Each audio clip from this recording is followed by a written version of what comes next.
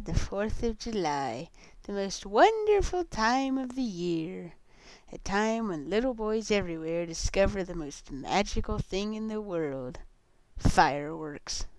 But this holiday is about more than just fireworks. It's also about lighting them.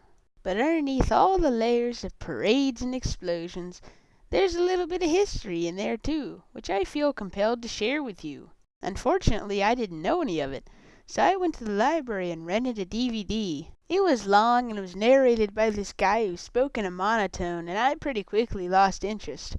But I'll share with you the little tidbits that I remember. Okay, so a long time ago there was this guy named Columbo who tried to convince everybody that the world was flat, which is funny because everyone knows it's actually a cube. Nobody believed him, and having no other source of income, he immediately turned to smuggling drugs between Asia and Europe.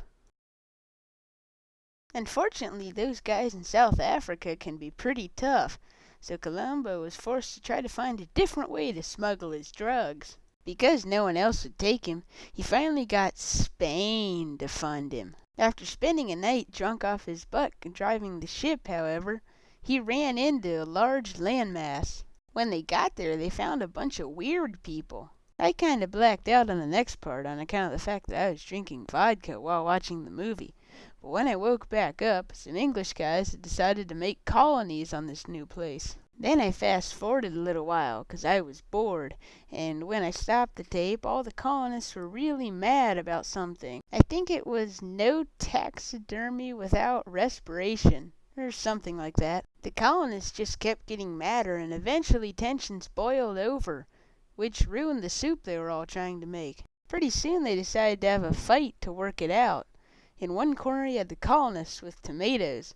In the other you had the British with bullets. Finally a war broke out, and I peeked up, 'cause this was the most interesting part. Unfortunately, the DVD started stopping and skipping spots on account of a few scratches and dents it had picked up when I tried to use it as a frisbee earlier. However, I did manage to catch a little of it, so here's what I got. Some old dudes signed something called the Constipation, Washington ran away, and the British discovered that it wasn't really the best camouflage to wear bright red suits in the middle of a green field.